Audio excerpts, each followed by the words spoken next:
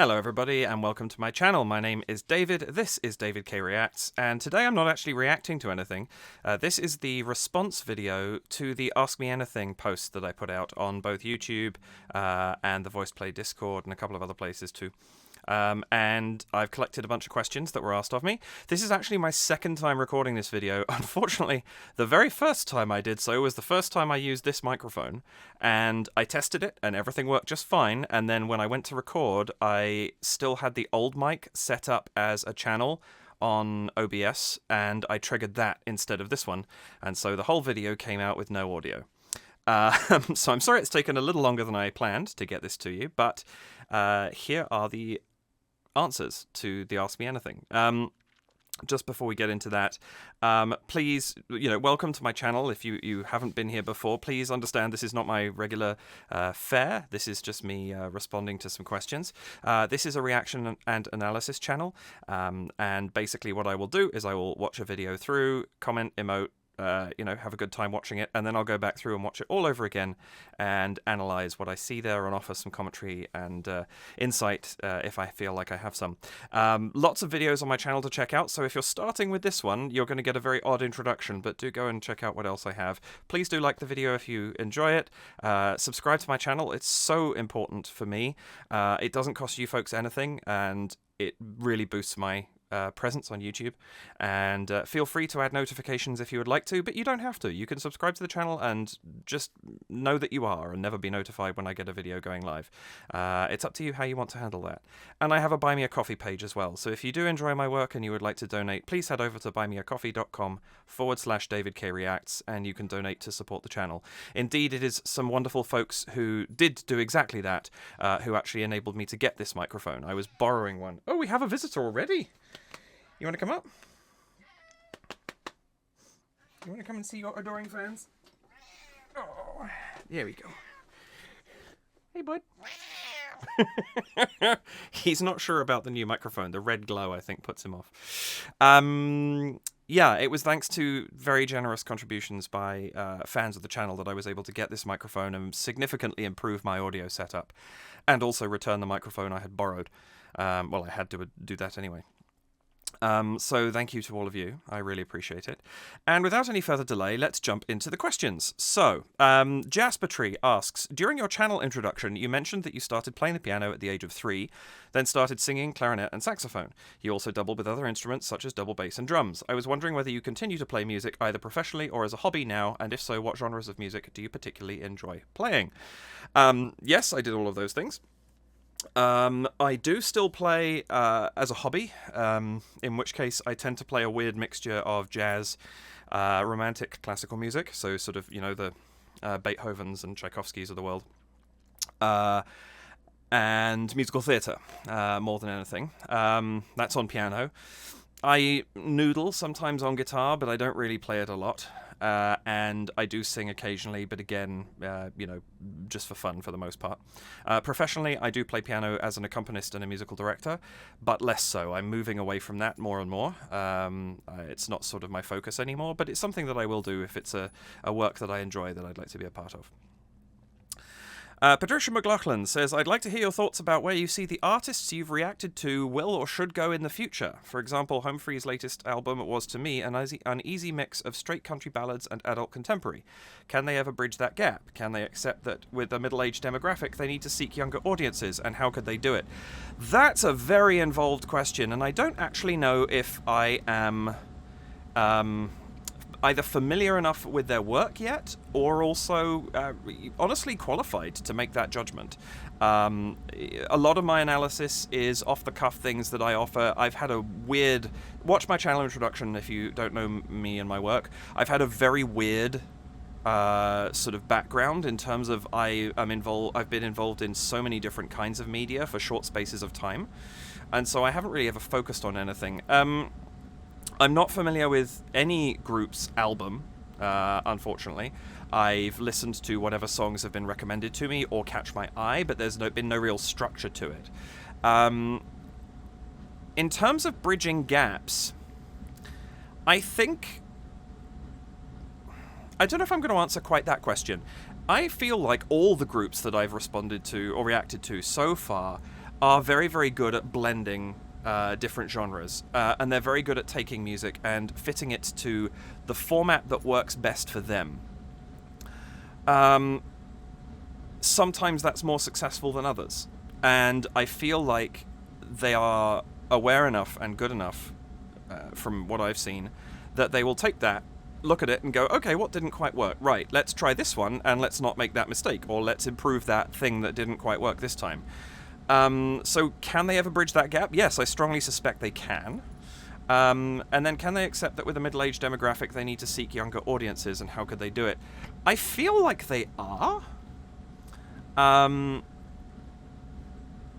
think, you know, with Home Free specifically, because you've mentioned them, the fact that they did try everything, and I know that was a while ago, but that sort of thing, you know, it speaks to a younger audience straight away. That speaks to an audience that might not even be familiar with a cappella yet.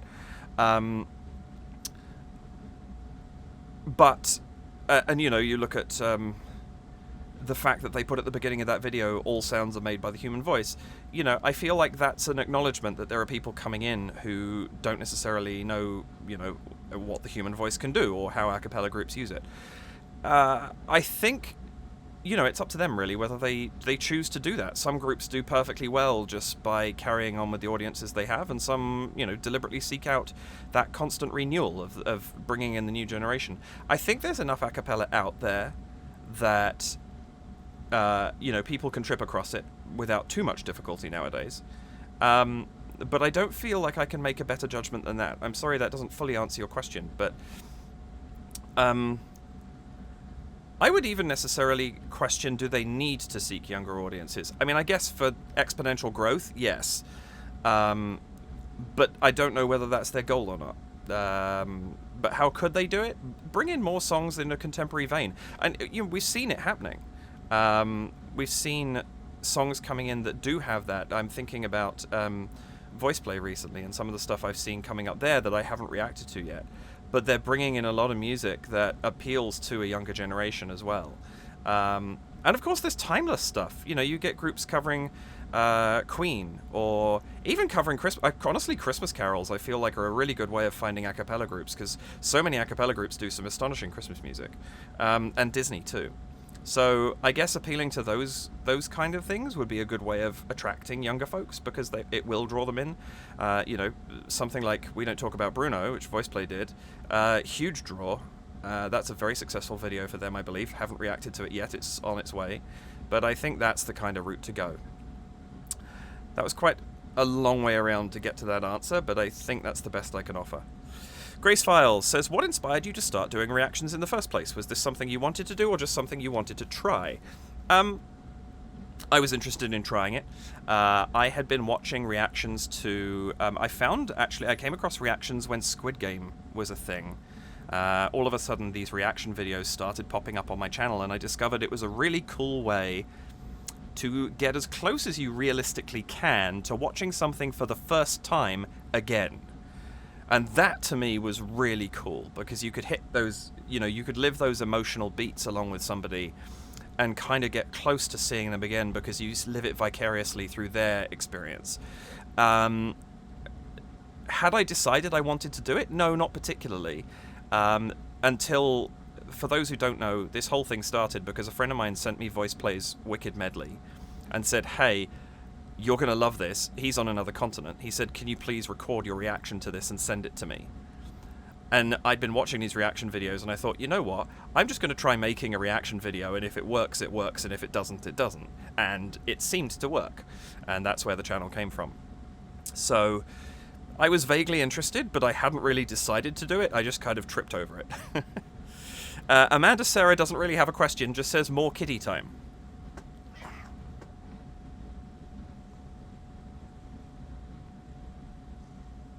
Lots of kitty time. Yeah. He's not very happy with me today. I've just been away for a long weekend, and he's always a bit miserable when we get back. But yes, more kitty time. Shirley Carr, amongst other people, but Shirley's was the first person I wrote this down from.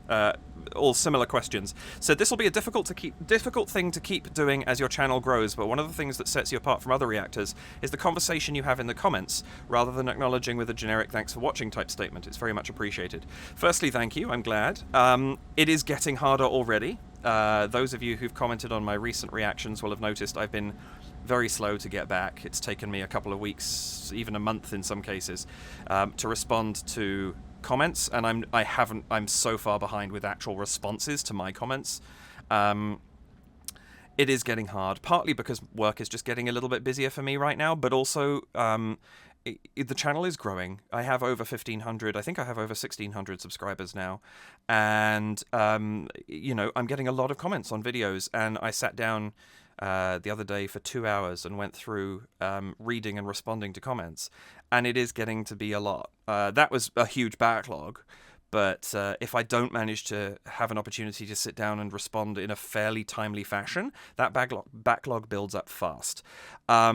So I'm really glad that you appreciate it, but I am going to have to start slowing down. I think the responses, like if I comment back to somebody and then they respond to me, those responses are going to get harder and harder to respond to because they don't pop up automatically on YouTube, and that's a really easy way to pass where I need to respond to comments. But I am going to have to just start dropping it in due course because it's getting to be a lot. And, you know, ultimately I get YouTube AdSense for this and I get donations through Buy Me a Coffee, but I'm not paid to do this, you know, in any structured capacity. And I have a full-time job and I have a couple of gigs on the side that I do as well. And carving out time to even, you know, because I have a longer form video, doing a reaction a week, sometimes I struggle to, you know, I'm going out Friday at 5 p.m. I'm recording on Thursday at 11 p.m. Just trying to get a video ready. I want to keep it going as long as I can, but it is tough. And it is getting tough. And I think, you know, as the channel continues to grow, hopefully, then it will get harder. I have been growing slower than a lot of channels because I think, you know, 45-minute plus videos do tend to put people off, even though there is a reaction at the beginning. And so I think I have had the opportunity to keep that going longer than most. But I think, you know, it's inevitable that we'll all drop it eventually because there's just simply too many comments out there. Dominique says, what is it that surprised you most in a positive way and what in a negative way about having your own reaction analysis channel and the people that are interacting with you? That's an interesting question. Positive way, I've become much more analytical about things, and not in a bad way. When I was learning music theory at school, I used to then spend my time listening to classical music and dissecting it and picking out things and, you know, oh, this was this type of movement and this was this structure and blah, blah, blah, blah, blah. And I didn't really enjoy it. The way I'm doing this now, I'm finding the things I want to find rather than the things I'm expected to find. I hope that makes sense. But I'm seeing more of them. I'm catching more camera tricks or cool musical harmonic movements or whatever it happens to be. And that's really cool for me because it's, you know, I'm appreciating music more. On a negative side, you know what really sucks is when a new release comes out and I know I'm not getting to it anytime soon. Or quite frankly, just the size of the back catalogs that, you know, the big a cappella groups in particular have. I don't know how long it's going to take me to get to some of the videos I really want to react to, but it takes a very long time. Especially because, in order to keep the channel growing, I want to keep a rotation of the groups. I don't want to just have like a voice play month, which I could easily do, but then, you know, the Home Fries and the Pentaholics get left behind, and, you know, I want to keep everybody interested in the channel. And while I'm only able to do one reaction a week, mostly, it's tough to grow from there. So it's really hard knowing there's this really cool song just come out, or this one I've spotted on the channel that I desperately want to watch. Little Mermaid by VoicePlay was a great example. I was waiting on that one for a very long time because I knew Disney Month was coming. And I was very, very glad when I finally got to see that. So yeah, that's probably the biggest thing, I would say. And in terms of the community, it's just been delightful to have so much support and encouragement. People have been really nice about my work. Obviously, some people have commented, you know, I can't put the time aside to watch a video this long, and that's fine. You know, I would encourage you to watch the reaction and enjoy that if maybe that's more your style. But, you know, that's the nature of my channel.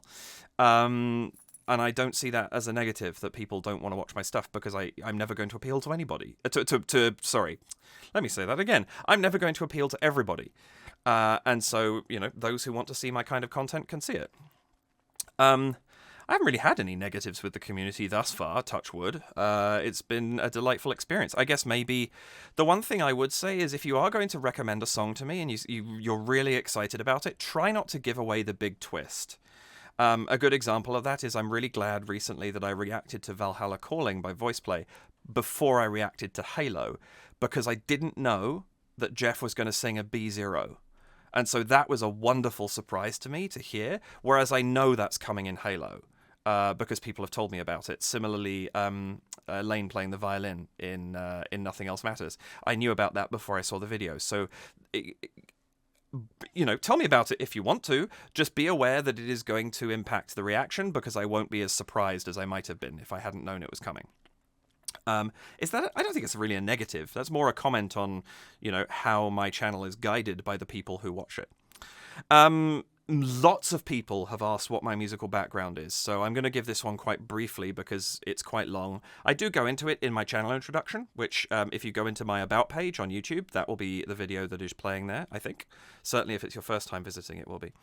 But my musical background, as I mentioned, Jasper Tree had mentioned this in their comment.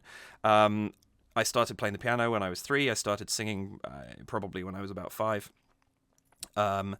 And I started having lessons in piano specifically as soon as I started in primary school in the UK. So I was 7 at the time, had lessons through to 19. I do have a piano diploma. I kept singing going more for myself. I never had structured lessons until much later. Took up some woodwind while I was at school as well, and the teachers kind of cottoned on that I was someone who would try everything, and so I got a lot of instruments thrown at me. Like I was given all the bass stuff because I love bass instruments, so baritone, saxophone, bass clarinet. I nearly got the contrabassoon, but somebody else beat me to it. Double bass, which was hilarious because it was so much bigger than me when I was young. And so I did a lot of stuff while I was at school. I got into theatre there as well, originally through opera. I sang opera and then moved into musical theatre and into straight plays. Musical theatre stuck with me, and I actually trained at what was at the time Trinity College of Music in London, which is at the Old Royal Naval College, which you've seen in 100 different films. Some points of reference, there's a chase through there in one of the Pirates of the Caribbean films where he's jumping on the backs of carriages. That's through where I went to school, to university. Thor, The Dark World, the entire end section, when the Dark Elf ships come down and they have that huge fight at the end, that is mostly taking place at the Old Royal Naval College. So yeah, you know where I went to college. Trained initially as an actor in musical theatre and actually switched to train as a musical director. I'd also previously taken some musical theatre training, and I have a diploma in musical theatre as well. But also at one point in time I started, and didn't finish because I didn't like the course, but I started a degree in music technology and sound engineering. And so I got a lot of skills because the first year was really varied, and then the second year was too narrow for me. But the first year we did music videos, we did website design, we did actual sound recording, mixing, not so much mastering, unfortunately. It's a skill I'd like to know better. But lots of things there. And then along the way, I worked a lot in theatre and stuck my fingers into every pie I could. So I've done, follow spotting, floor crew, flies, lighting design, stage management, sound playback, projection, lots of other bits and pieces. So this is what I was saying earlier. Like, I've dabbled in a lot. I'm not necessarily a master at anything, but I have a wide range of experience that I draw on with my analyses. So that's where so much of that musical background comes in, or that's experiential background, not just music, but video and live theatre as well. And then a couple of people have asked a lot of questions, so I was saving them for the end. So Karina Rodebeck has asked several. Says, have you always been into music, working with it, composing, etc.? I think I've partially just answered that question. Yes. I got into this because when I was young, I grew up with my grandparents, and my grandmother used to send me across the road to stay with a friend of the family who lived literally across the street for an hour when she got home from work every night, because she was still working when they took me in. And I would go and hang out for an hour with this friend of the family, and her son was a very accomplished pianist, but he could only play by ear. He couldn't play from sheet music. And what was so extraordinary to me was he would listen to the theme tunes of the TV programs I was watching, and the one that stands out because it's such a wonderful piece of music is Thunderbirds. And then he would go and sit at the piano and play them back. And that, I don't know, I can't imagine of a bigger draw for a child to get into music than having someone do that for them. They just sit at the piano and play your favorite pieces of music without having, just having listened to them. And that was extraordinary. So I've been into music since then. Working with it, pretty much, yeah. And composing, something I got into, I guess, when I was around 13, 14.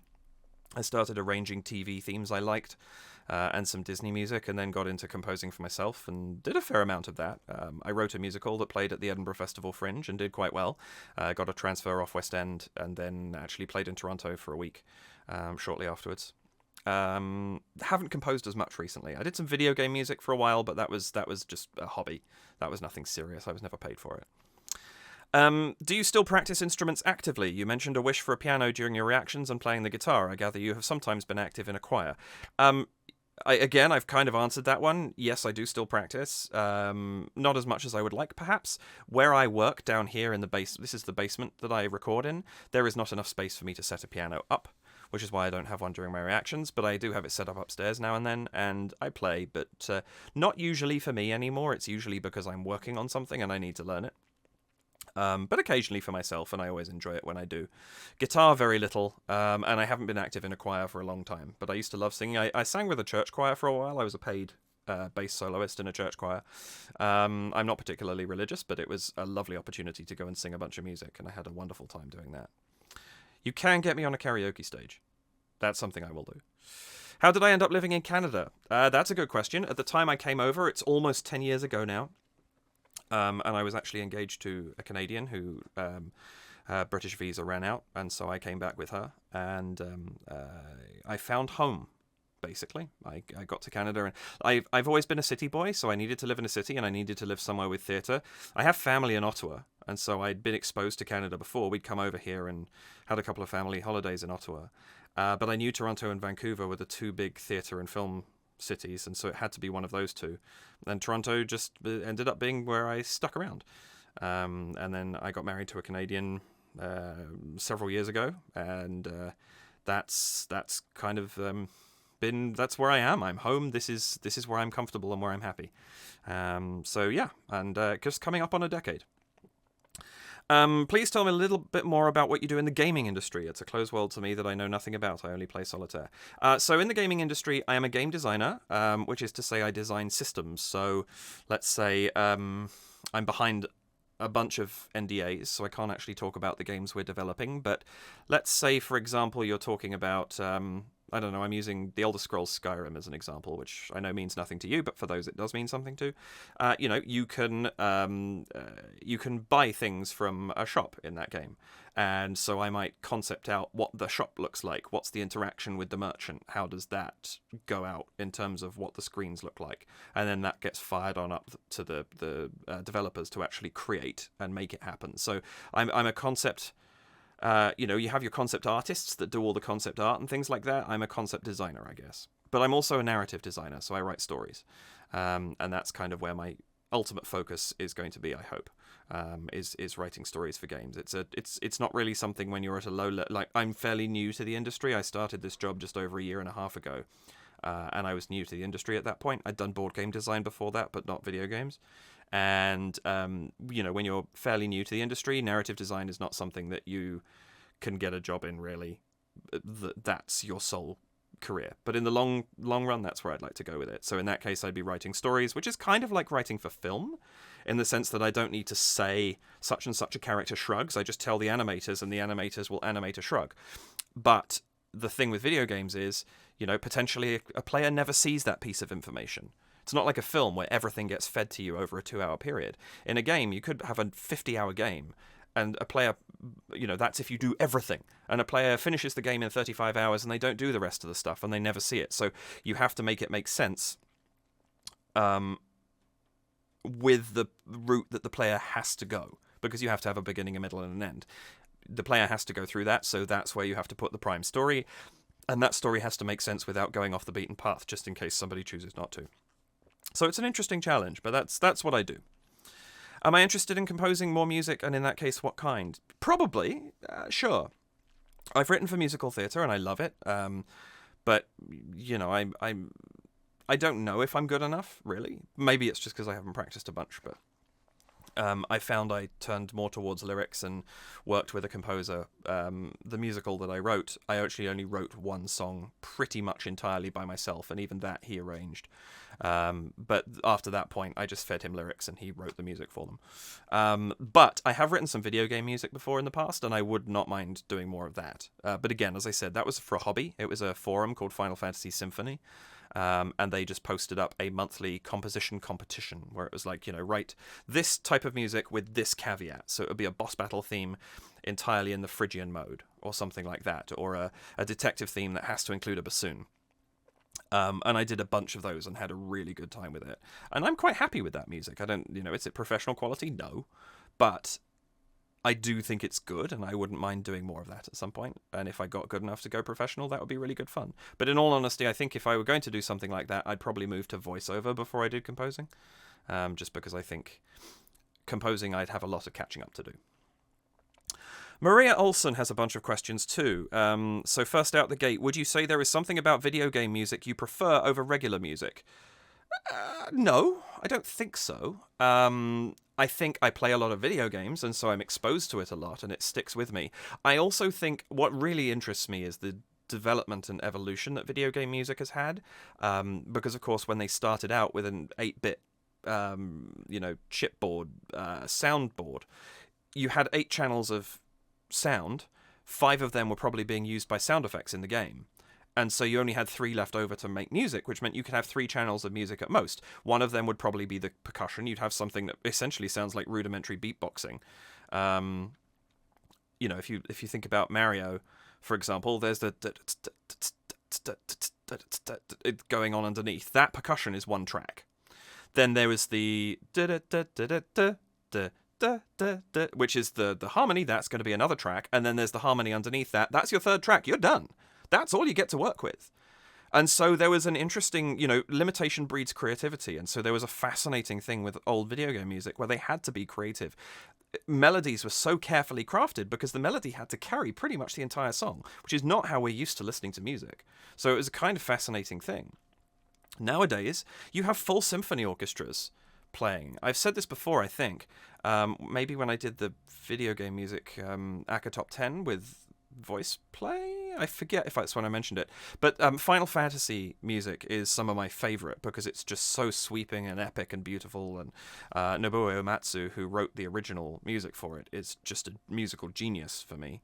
But they do 2 concert series that travel around. A New World, which is kind of like a chamber concert, and Distant Worlds, which is a full orchestral concert. I say chamber concert, it's about 20 musicians, I think, but Distant Worlds is the full symphony. And those are amazing, and if you get the chance to go and see one near you, I beg you to do it, because it's extraordinary, the music. And what's so wonderful there is they've updated all the old music into full symphonic orchestra, but they also do pay homage to the fact that this did come from an era where music was very different. It's quite extraordinary, and it's a fascinating thing to follow. I also just think there are some really, really genuinely fantastic composers in video games. And video game music gets overlooked a bunch, and I like to throw things out there. I would suggest, go and listen to, for example, I will always go back to my favorite. There's a piece from Final Fantasy VII called One-Winged Angel. Go and listen to one of the many arrangements of that. Listen to Super Mario, Bob-omb Battlefield, or Gusty Garden Galaxy, or Delfino Plaza.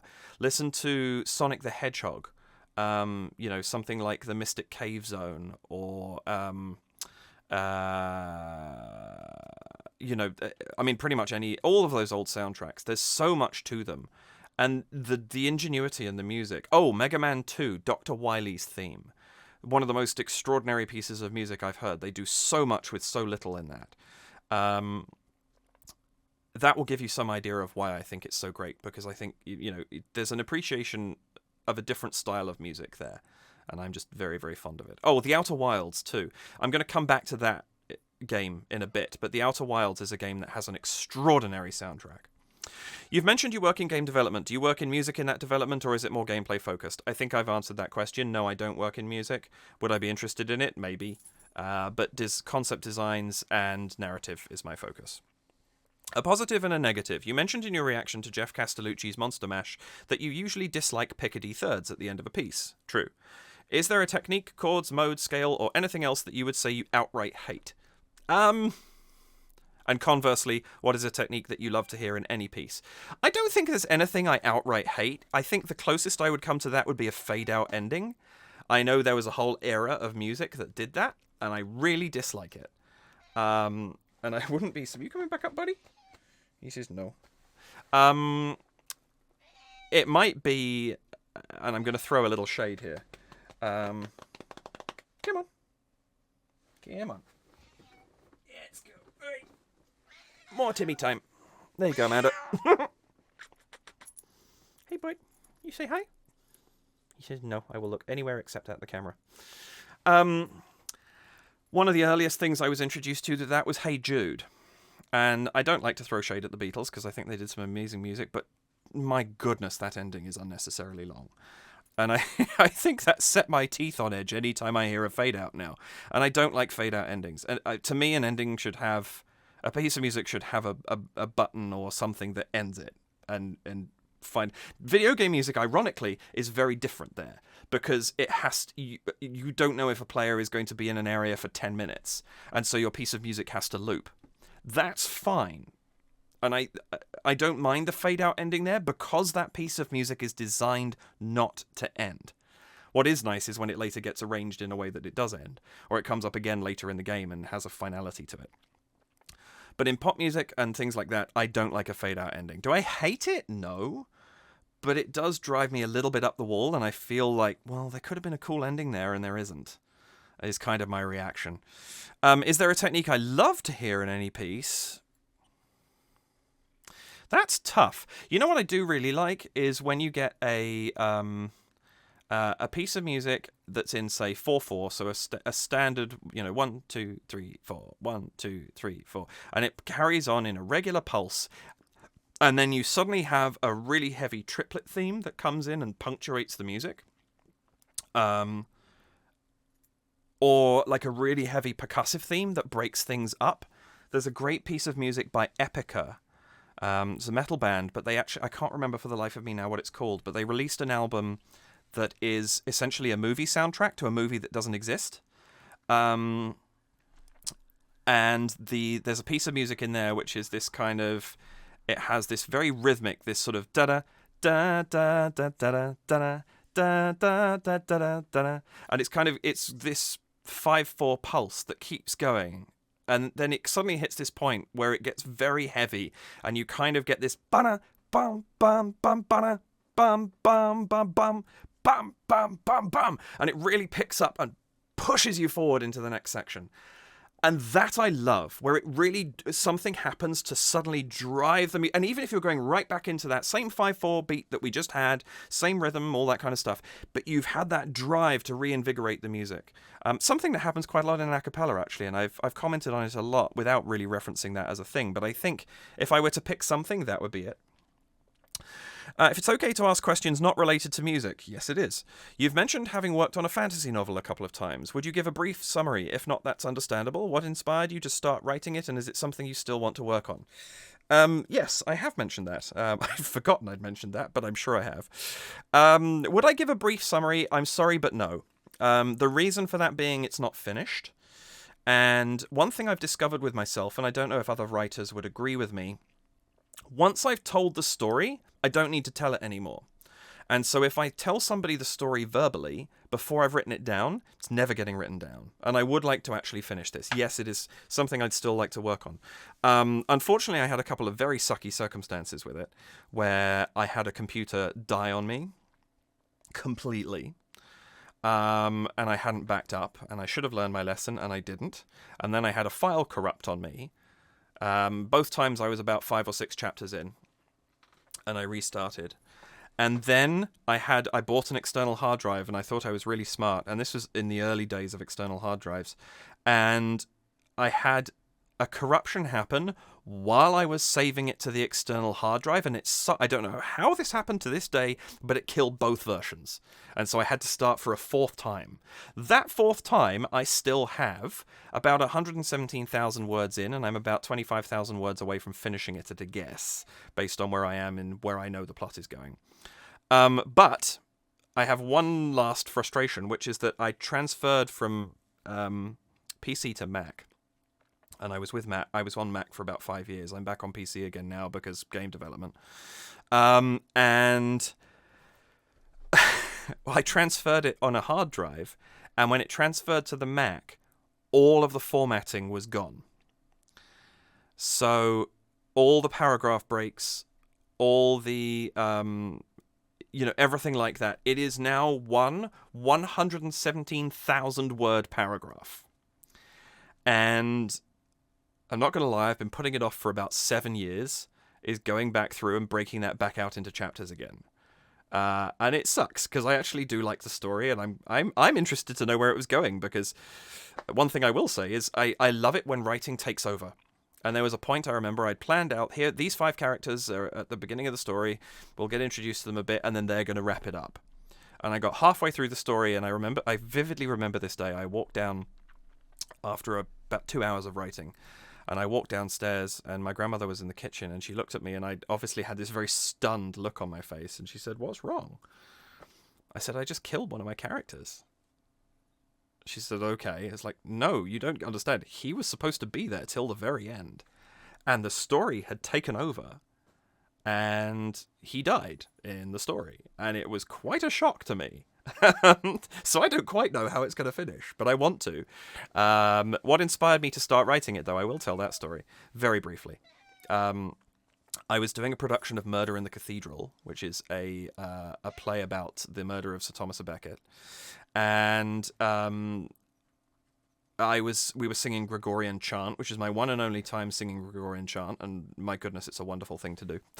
And it was at my school chapel.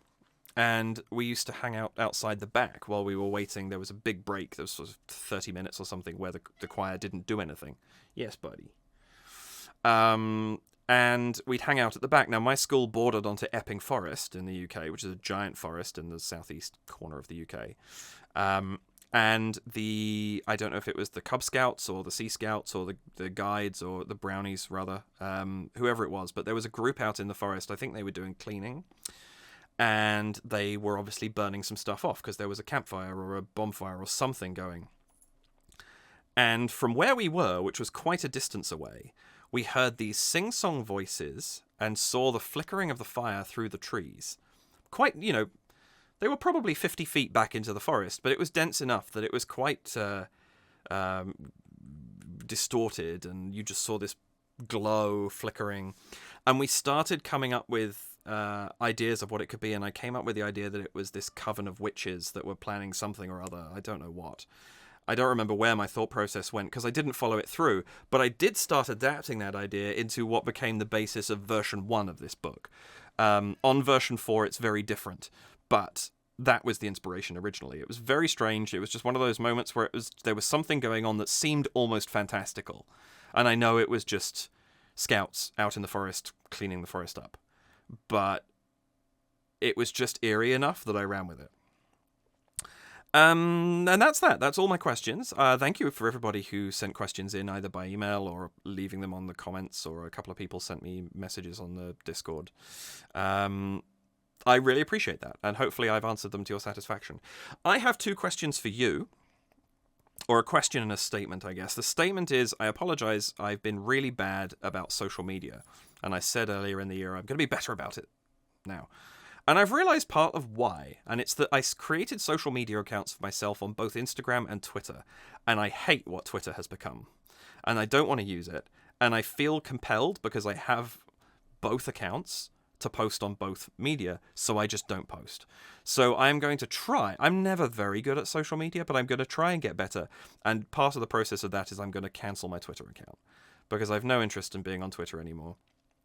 But I do quite enjoy Instagram. So we'll see if that goes somewhere. I did also actually just want to apologize again for being so slow about catching up with comments and things like that. I appreciate those of you bearing with me who, 3 or 4 weeks later get a response to one of their comments, and you're very quick to get back to me and very kind about the fact that I've taken so long.